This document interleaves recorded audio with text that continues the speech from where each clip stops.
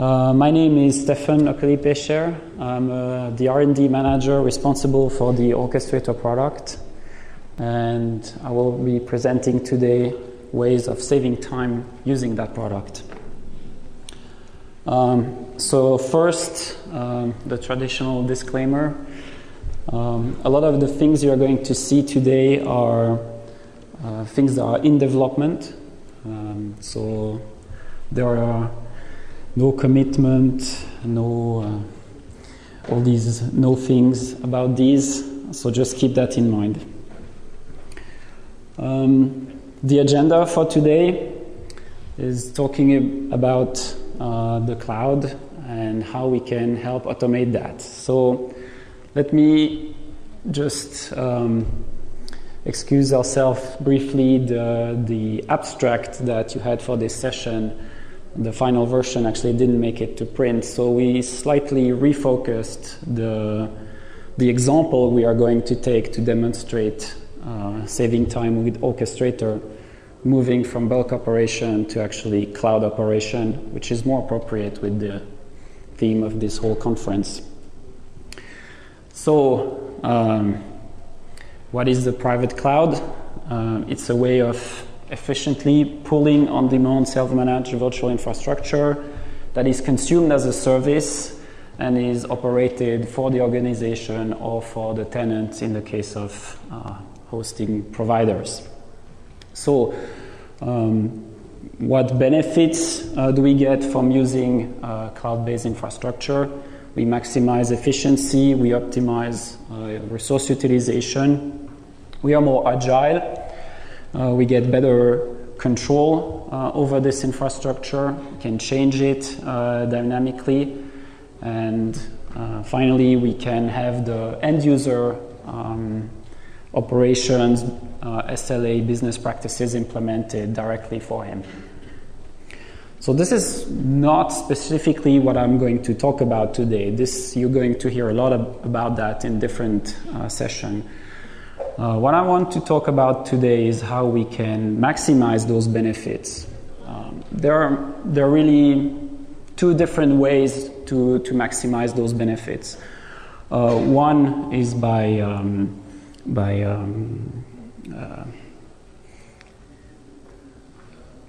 sorry, the word eludes me. So standardization, sorry. So standardization by products, some of which will be announced this week, some of which exist, and standardization in the way we deploy infrastructure by reference architectures, best practices, etc. So that's one way of doing it. Another way, which is complementary, is through automation. And this is really the subject of the presentation today. So what does automation bring? It improves predictability because you know the duration and the steps that are going to be used by this automated processes. It increases your agility because you can have different processes, run them concurrently. And especially it enforces operational procedures. There are two dimensions to operational procedures. One is mostly around compliance. So you are sure that your operational procedures are running the way they should in your business and that you comply with regulations mostly. But there is also another dimension, which is when your operational procedure is your differentiator, like if you are a service provider or if you do things differently. So you want to be able to capture that difference and automate it. So deploying standardization, deploying reference architecture and products increases the utilization of your infrastructure, especially with the VMware products. So this will reduce your cost per VM by increasing utilization. What automation does is pushing this curve down by reducing time and cost associated with running this operation. So for today, we would like to focus on one specific use case. It's the cloud onboarding process. So how do we automate entering a private cloud infrastructure, bringing on board providers, organizations, etc. So the end-to-end process we'd like to demonstrate is adding computing capacity to a virtualized environment that is going to be used for providing a private cloud, adding storage capacity, then creating a provider virtual data center, and then creating an organization virtual data center. So I just learned that some of these products may not have been announced yet. So it's going to be in the upcoming hours or days. So you need to ask questions about those in the specific sessions, okay? So just bear with me. So what are we going to use as examples for those different pieces? So we are going to use a Cisco UCS system to demonstrate automatic provisioning of hardware infrastructure and add it to a virtual environment. We are going to use NetApp operations management to allocate storage and assign it automatically to a virtual environment. And then we are going to create a private cloud for a private virtual data center for a provider, typically a service provider. And then the last step is we're going to create an organization, so a tenant or hosted infrastructure within that provider data center. So the goal is to have all those processes assembled together in a single workflow that can be run on the Orchestrator product. So let me introduce the different concepts and products that we're going to talk about. So using a bottom-up approach, so the physical infrastructure, computing capacity, storage capacity, and network. These are assembled into a virtual environment that map into resource pool, data stores, pod groups. This is typically handled by the vSphere product suite and vCenter server and client that you see on the right here. And this is the VMware vCloud Director, so a new product that allows to aggregate virtual computing capacity into virtual data centers. So at two layers, one for the provider, so the person that is administrating this virtual data center, and then creating organization VDC, so hosted or tenant or department within an organization resources. So we allocate specific subset of the provider virtual data center resources to this organization. So this is the layout and the products we are using. And to automate all that, we will use vCenter Orchestrator. So vCenter Orchestrator is since the 4.0 release of vSphere, part of the vSphere product line. It's delivered, shipped, and installed with every copy of vCenter itself.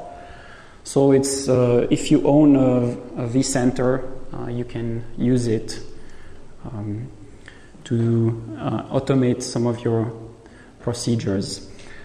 As part of the product, there is a library of existing processes and plugins that are shipping. And today we're going to show some of the new ones that will be coming out later.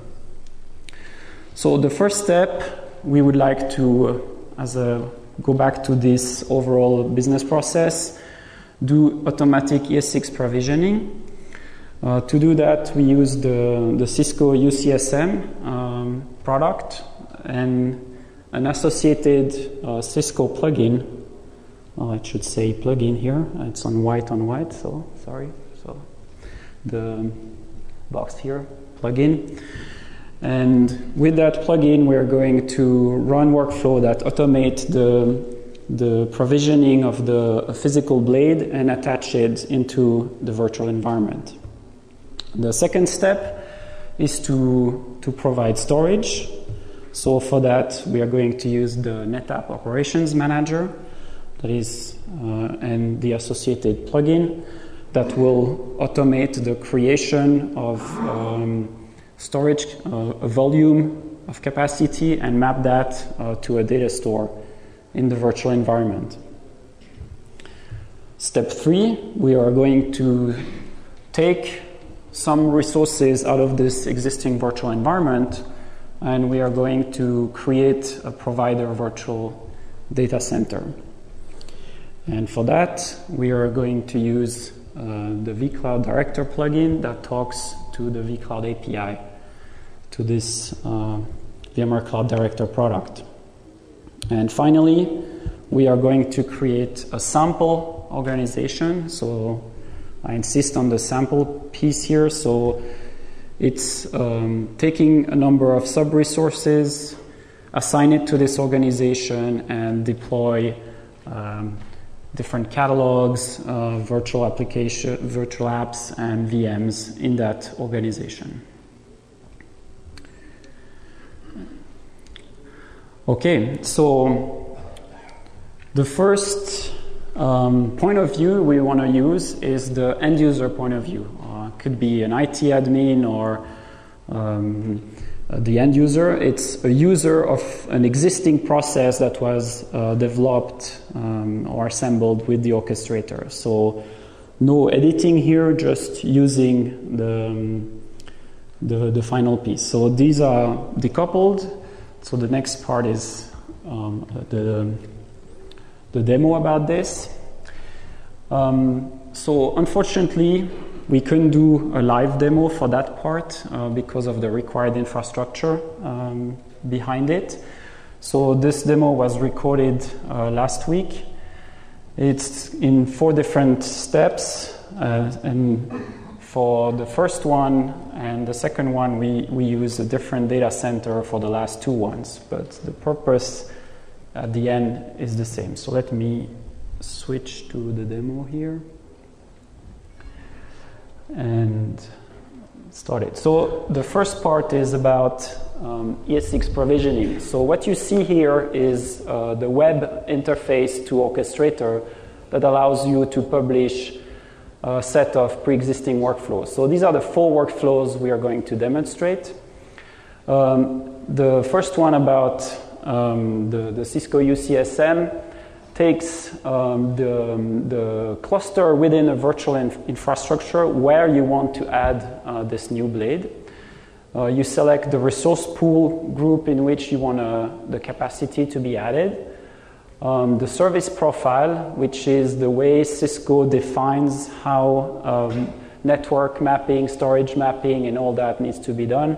The last piece was the credential for connecting the ESX, attaching the ESX into VC after it's booted. So you can see here the status of the workflow as it running. This is the vCloud. This is the Orchestrator web view, but it uses the API, but here of the vCloud plugin, the UCSM plugin, first part of the demo. So what we see here is that the blade has been booted. It's waiting for the ESX image, downloading the ESX image from a PXE boot server. At the same time, we can look here at the Cisco UI, and you will see that the service profile that we used from the Cisco has been cloned to define how this blade is connected to network, what boot profile it should have, etc. So here the cloned profile, and then we'll switch back to another view where we see the profile from which it was cloned and the new one. So we chose the first one here as part of the inputs to the workflow, and it created the other one.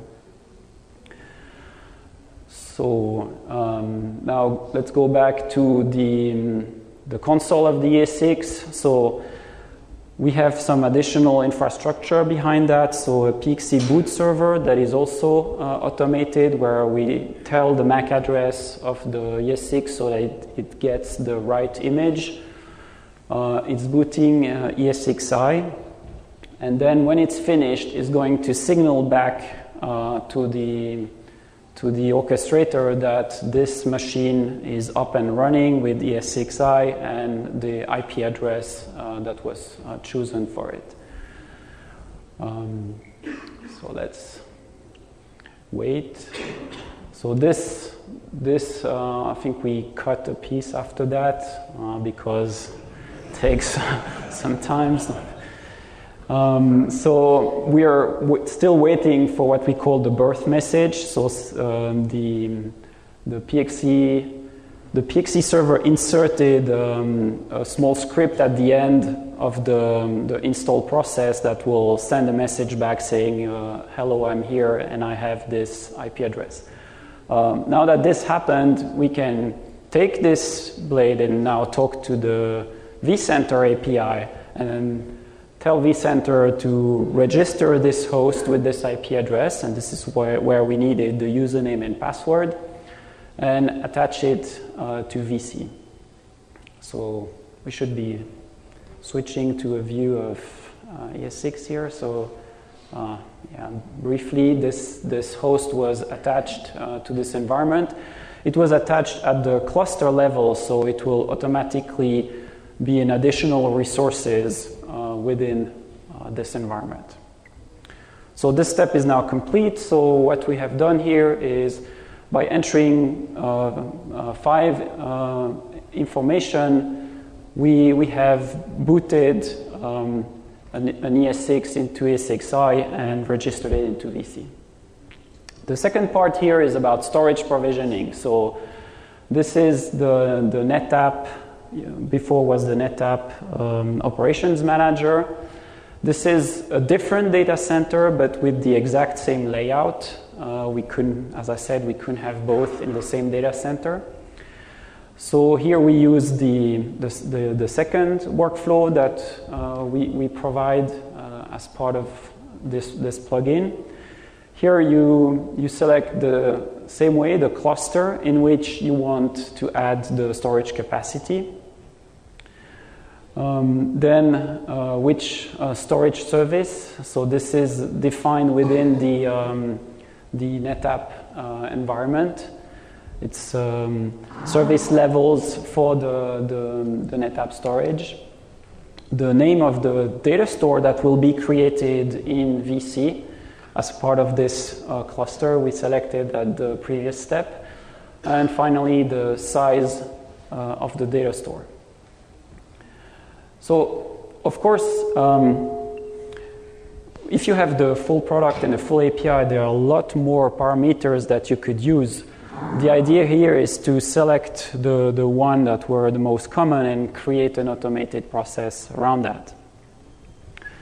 So this is a view of vCenter. So you can see here that the plugin is also talking to vCenter and registering the storage that it has been created within the NetApp management environment. Okay, here with the allocated capacity that we define as input to the workflow. And then here the data center has the data store has appeared with the right capacity. And yeah, unfortunately we didn't show it, but within the cluster, within this cluster here, it's part of this host, which is part of this cluster. So it means that this data store is available as part of the cluster here. Okay. Right, so this workflow is now completed. So we have, within a few inputs, provisioned storage on a NetApp device, register it into VC, and attached it to a cluster. Okay, the first step is now to take this virtual center we have with a number of certain capacity and create a provider virtual data center. So within this raw capacity, we subdivide it to create an environment for a given provider with a name, whether we enable it after creating it or not, and then we choose which virtual resources from vCenter we are going to use. So we are selecting here. So we're back to the first environment where we had the Cisco booting in. So we select a list of data store used for storage, the resource pool out of which we are going to use, and then we have some default values here with CPU capacity and storage capacity. And then the last one was which vCloud instance we want to use, because we can actually drive multiple one of those. So within the cluster, it creates a resource pool dedicated for this provider VDC. It's then creating within the vCloud Director product the provider VDC. So let's have a quick look at the UI of the vCloud Director, and it has created here a new provider VDC, and which is currently empty, so it's not hosting anyone yet. It uses the hosts we had before, so the 2.1 plus the Cisco one, and storage. So now the next step is onboarding an external customer that will operate from within this virtual data center, provider data center. So which vCloud host, the name of the organization, out of which provider we want to take the resources. So this is the one we just created in the step before. As part of the creation of that, we've automated some networking resources in the back that we are using here. And then we start this. So as I said, this is a sample workflow. So we decided to create a whole bunch of things that may not be necessary for all organization, but to demonstrate the capability of this plugin here. So we are creating first the organization itself. Then we are creating a public catalog, so the items that are available for deploying within this organization virtual data center, which are vApps, VMs, etc. Yeah, because this is recorded, so I'll answer after that. So switching to the Cloud UI, we can see that the organization was created. It currently has no apps and resources, but it already has a catalog defined, a private and a public catalog for the app templates and other pieces that can be used as part of this organization virtual data center. Now the workflow is continuing. It's actually uploading an OVF file, so a virtual appliance defined by an OVF. It's a small one for the purpose of the demonstration. This registers this OVF as part of the catalog of this organization. So we should now have a media that has been added to this catalog. And now we will be creating virtual applications, one directly out of this catalog. So you can see here that it's currently being created within Virtual Center. So we're deploying a VApp out of this OVF template. And then as a last step, we are going to create a number of VApp out of existing VMs. So cloning a number of VM and compose it as a VApp. So the goal here is to demonstrate what can be automated. So if as part of the onboarding process of an organization, you need to deploy a certain number of VApps, like CRM system or whatever else, you can have this fully automated so that when creating the organization and its virtual data center, some additional items are also created as part of this deployment. Okay, so here there is the last VM. So also this has been accelerated a little bit for the clonings. And now this is completed, so we can actually go and have a look on the vCloud Director side and show this new organization that was created. And then within this organization, its virtual data center, the VApps that have been deployed, and the VApp that has been composed out of existing VMs.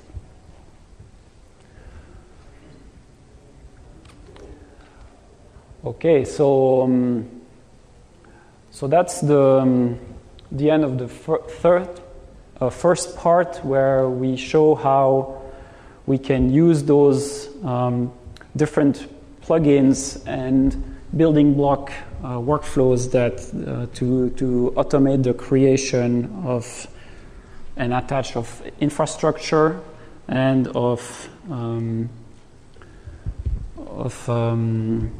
provider VDCs and organization VDCs. So you had a question? No, I can repeat it.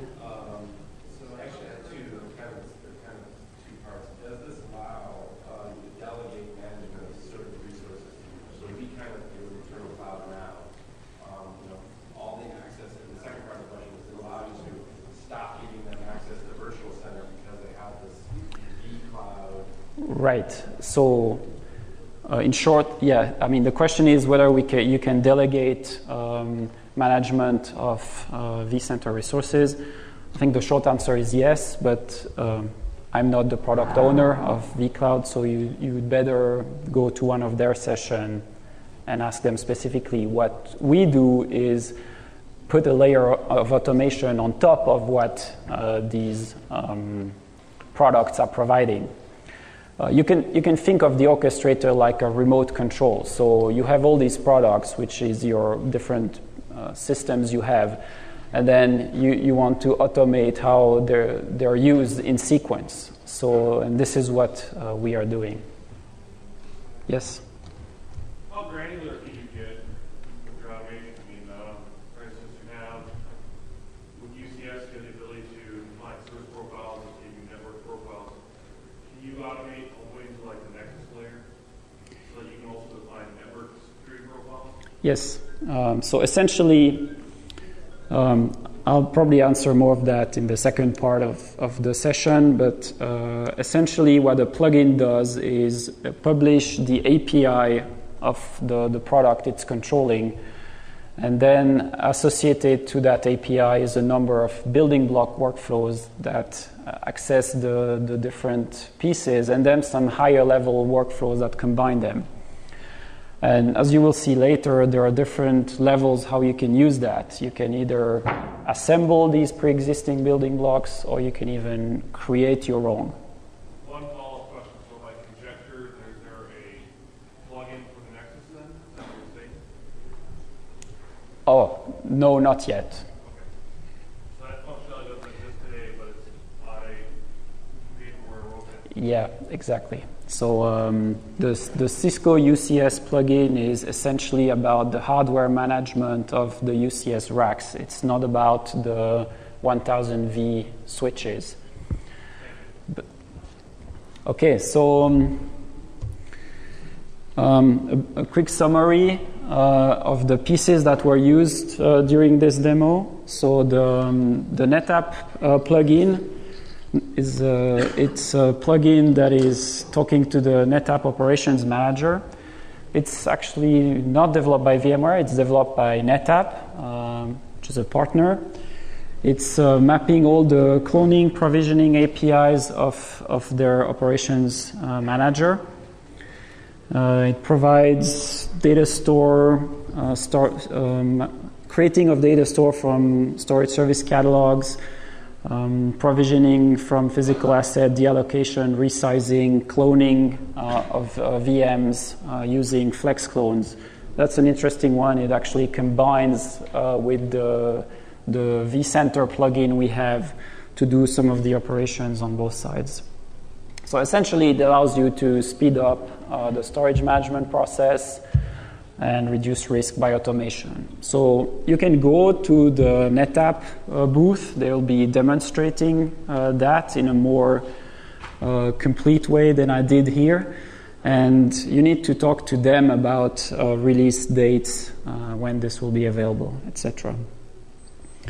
On the VMware side, so this Cisco UCSM plugin is currently under development, so we don't have release dates for that yet.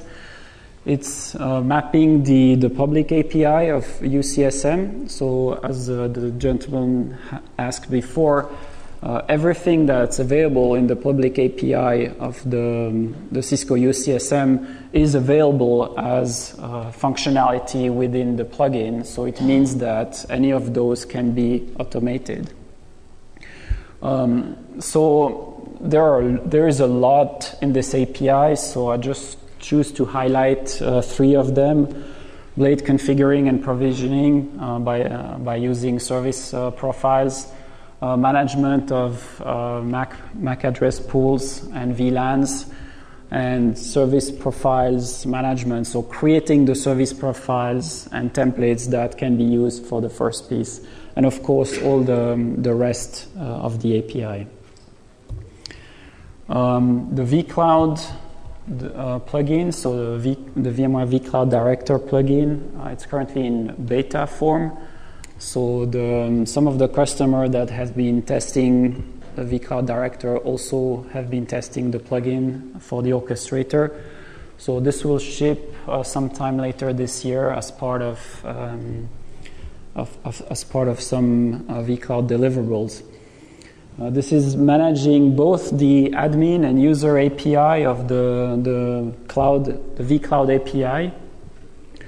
And essentially, it provides also the building block workflows to do assembly and management of organization and their virtual data centers networks.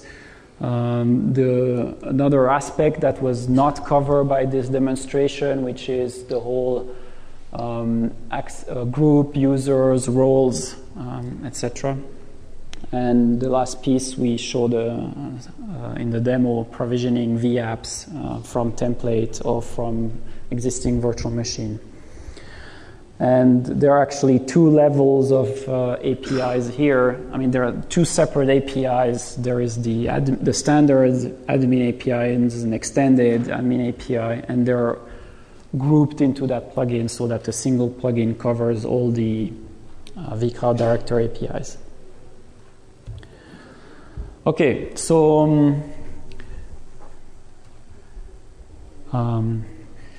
the second part of the presentation is focusing on another role within the orchestrator. So the first part was as a user, so you just run existing processes. Yes? I'm just curious, are those really vendors that you're going to support as plugins? No, this is just the new ones. There is a list available with the existing platform. Some of the new ones, the one I'm allowed to talk about. Okay, so the first part was about the user running processes. This part here is about a VI admin that wants to create new processes based on existing ones. So we call this role the assembler. So assembling is basically using a visual editor and drag and dropping existing building blocks. So these are the 4 building blocks that were used in the demo before. And the idea would be, I have those 4 individual steps, let's assemble them together into an end-to-end workflow that will do the whole process. So let's do that. So for the purpose of that demo, I'm going to do this live from my computer here. So I don't have an external network, but this is the development assembling environment that comes with the product. We can have a quick look at the workflows that were used in the previous demo. So the provision Cisco blade that was used, finding a free blade, creating a service profile, then assign the profile, boot it, create a trigger that will wait for the IP address, and then attach the blade. And then in the virtual data center and in VC, and then wait for this to complete. So this used some other existing building blocks workflow that are part of the library that is delivered with the plugin. Same for the NetApp. So here the NetApp engineers have chosen to create a single block that does the whole provisioning process. So we wrap that into a workflow. Then the piece that does the organization provisioning. So adding the organization, creating the virtual data center, the catalog, public and private, and then creating the new media. Sorry, that was the last part actually.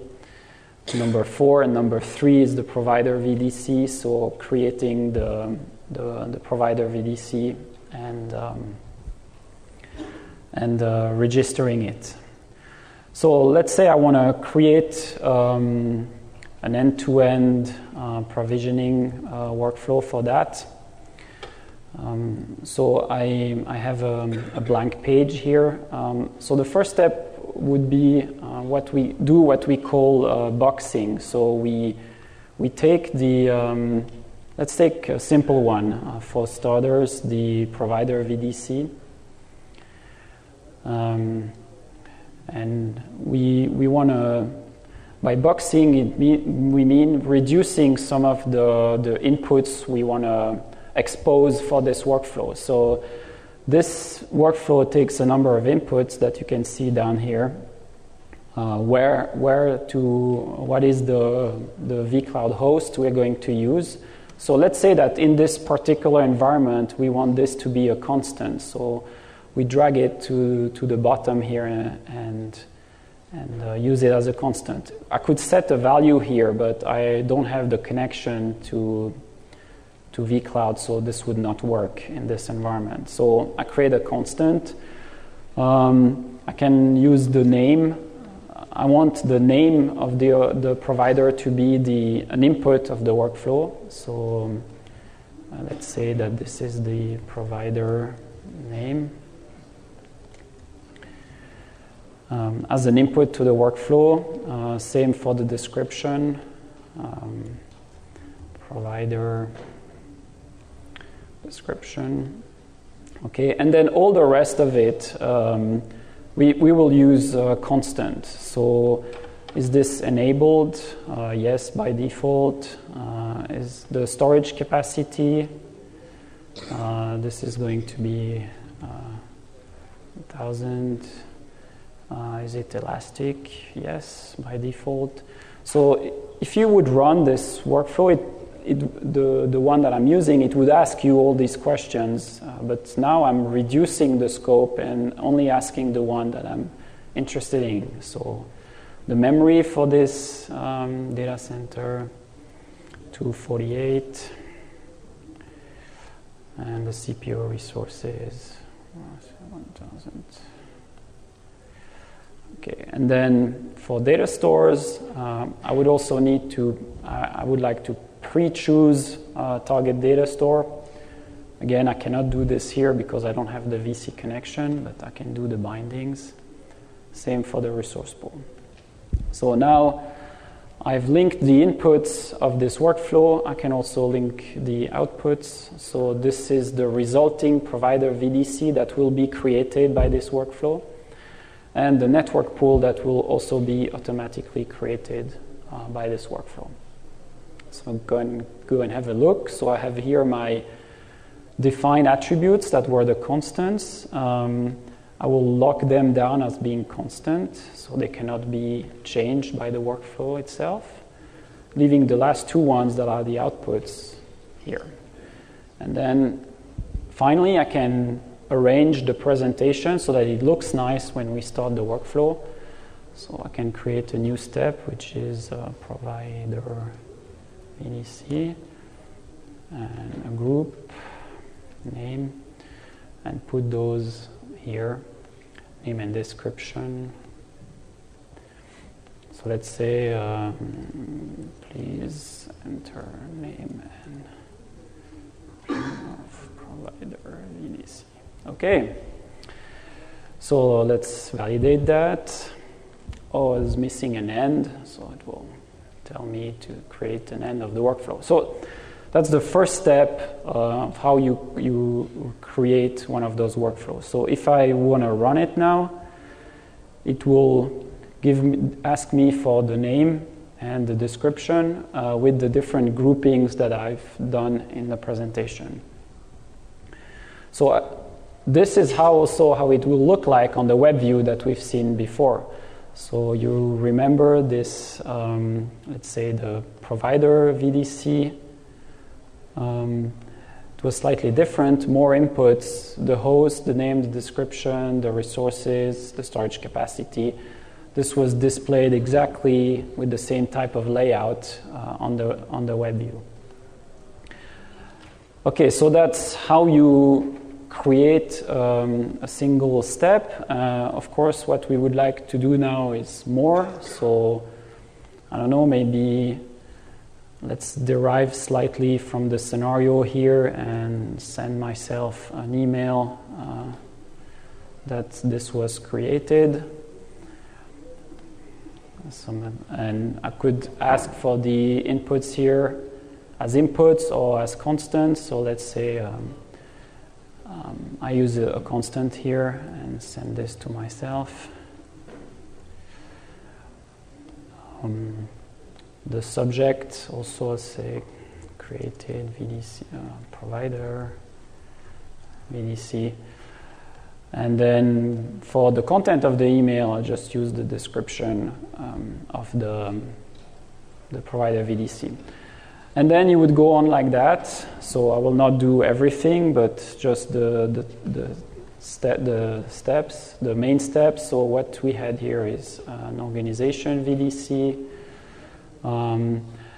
Actually, we used the Cisco and NetApp workflows as onboarding process. They could also be used actually as a incremental adding of capacity afterwards. But okay, so this one here and the NetApp provision. NetApp part store NetApp storage. Okay, so now let's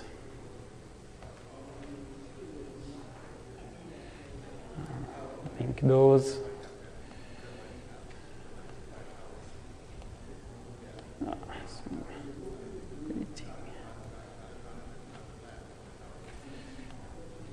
Focus here, okay, here. So this is the workflow that I showed in the initial slide with an email added at the end. We, of course, would need to bind the different other pieces here to the different inputs. You can notice that if the inputs already exist, it will use them.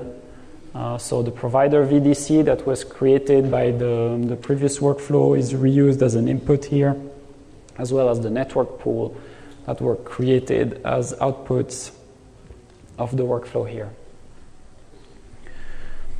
So that's the assembly part, which allows you to take existing building blocks from that are provided as part of the library of the product, some of the base library and some coming from each of the individual plugins, combine them together to create a fully automated process.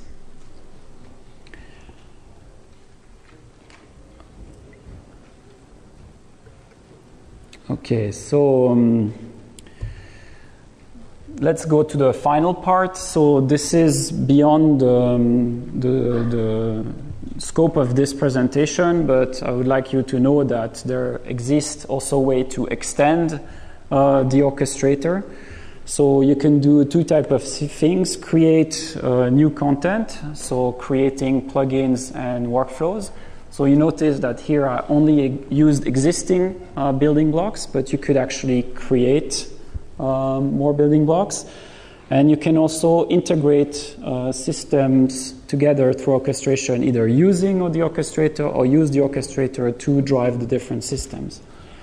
So there are these two extension possibilities address different roles. The content developer creating new building blocks. So this is like here NetApp is a partner. He's creating content and he will deliver it. They will deliver it as part of their offering. The other possibility is as a system integrator, you can use Orchestrator to build a more comprehensive integration between different pieces. To do that, there are two types of APIs. So the plugin software development kit that allows you to create those plugins that we demonstrated today.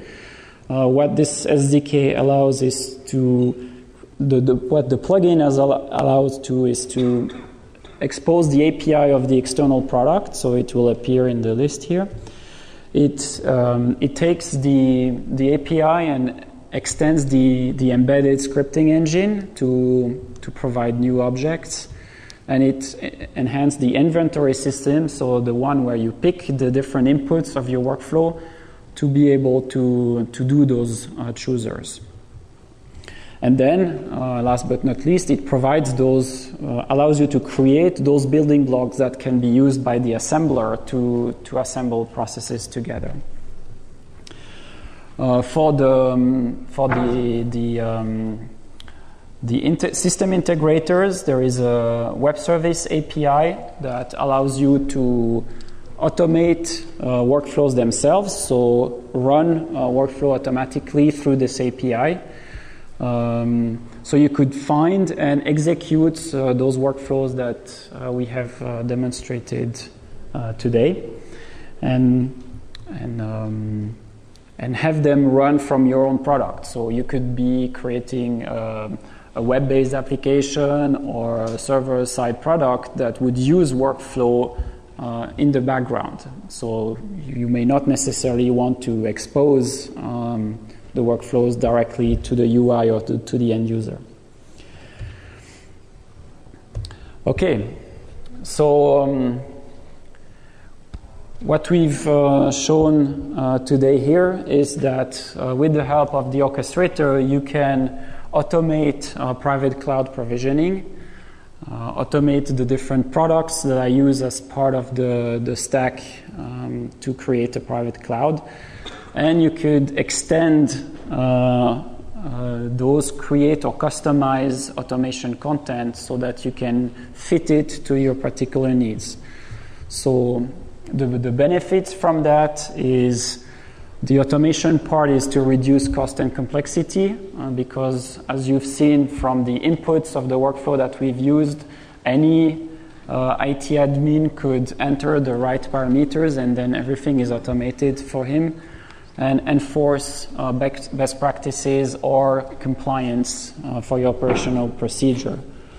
And the fact that you can extend and create and customize your own processes allows you to drive the efficiency, maintain agility, because you can implement your own processes and remain end-user centric. So implement the operational procedure that are right for the end user, either within your organization or tenant for a hosted environment. Okay, so before I go to Q&A, I'd like to point to a number of other sessions.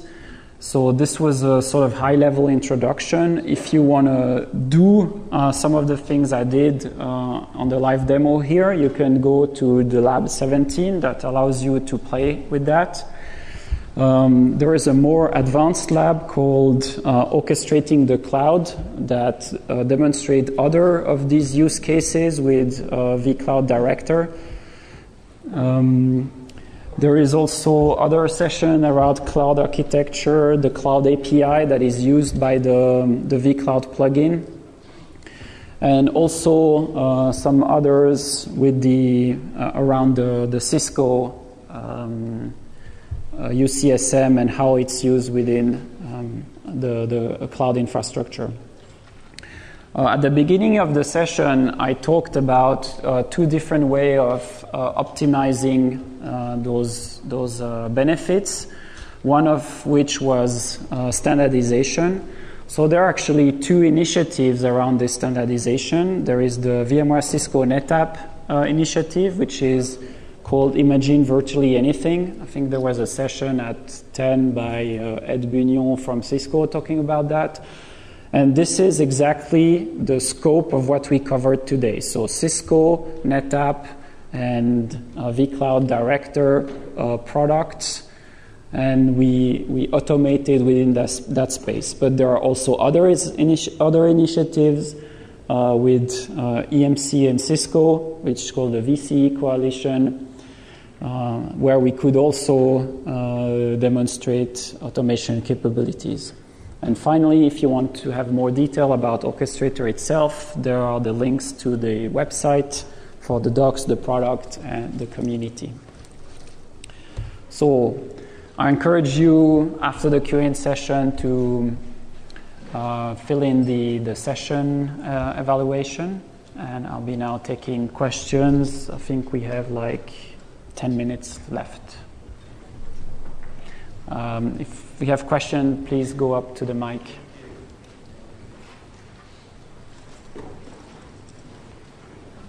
Okay.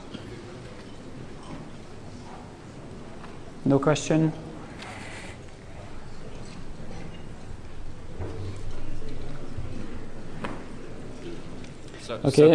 So quick question for you. Okay. How many of the workflows that you've shown, or maybe a follow-on question is, how many out-of-the-box workflows exist for typical business processes? Okay, so there are about 400 plus workflows that ship for vCenter specifically. And then with each plugin that we ship or will ship, there is, I mean, it really depends on the API, but 10, 20, 30 type. When you say 400, you're talking about those individual building blocks that you kind of dragged over, or are you talking about an end-to-end? No, higher level processes. So the one that I used here, like the ESX Provisioning, about 10, 20, 30 of each for each plugin, and around 400 within vSphere space. Thank you. Welcome. I have a question. What work has been done as far as tying this into the idle processes, service catalog, help desk, that world, portals? Right. Yeah, we also have plugins for ITSM integration and some more in the works. So it is It's two independent things. So the platform itself, so the Orchestrator engine, ships as part of the vSphere product. And then what we call content, so the plugins and the workflow libraries, they ship independently. And we are adding those independently on a different release cycle. So the core ones like the vSphere plugin, things like emails and sort of generic plugins ship as part of the platform, and the others will ship or are shipping with the products, like the vCloud plugin ships with vCloud and others ship on an independent basis. So you should go and check on the community site where we reference those when we ship them. Yes? Hi, my question is, will Orchestrator address platform as a service, or do I need to layer on top some other type of thing? So I'm not sure I understand the question. Provisioning Linux and Windows VMs. I want revision control. I want to be able to audit who did what. Do I need to layer something on top? No, Audit Trail is available as part of the platform. Linux provisioning is part of what vSphere is capable of doing. So we're talking about virtual environment here, right? So you remember I talked a bit about the remote control. So whatever the thing that is remotely controlled can do, then you can automate it. So if a vSphere is capable of doing Linux provisioning, then the orchestrator is also capable of using that as a workflow. So it really boils down to what content is available to map the APIs. So it's not limited by the platform itself. The platform is about sequencing, gathering inputs, having the audit trail, the output, etc. But then the actual work is done by the external product, and the connectors to these external products are the plugins. Will you be able, from creating the workflows using the scripting language you provide, are you able to access external resources like JSON RPC calls towards other external web services? Depends at which level you... is this a developer question or a user question? So, developer question. Okay, yeah. So the programming language for the plugin is Java. So whatever API needs to be in Java. So either you have a client binding for whatever API exists and you map it into a plugin, or you need to use other technologies to do that. So web services mapping through Axis or other frameworks that would expose Java objects, and then you can map them into a plugin. Thank you. There is actually, we had a session last year and in other Tech Exchange, there is actually a recorded video about that on the community site, and this talks more about the APIs. Okay, thanks. Okay. So I got 2 minutes. Any additional question?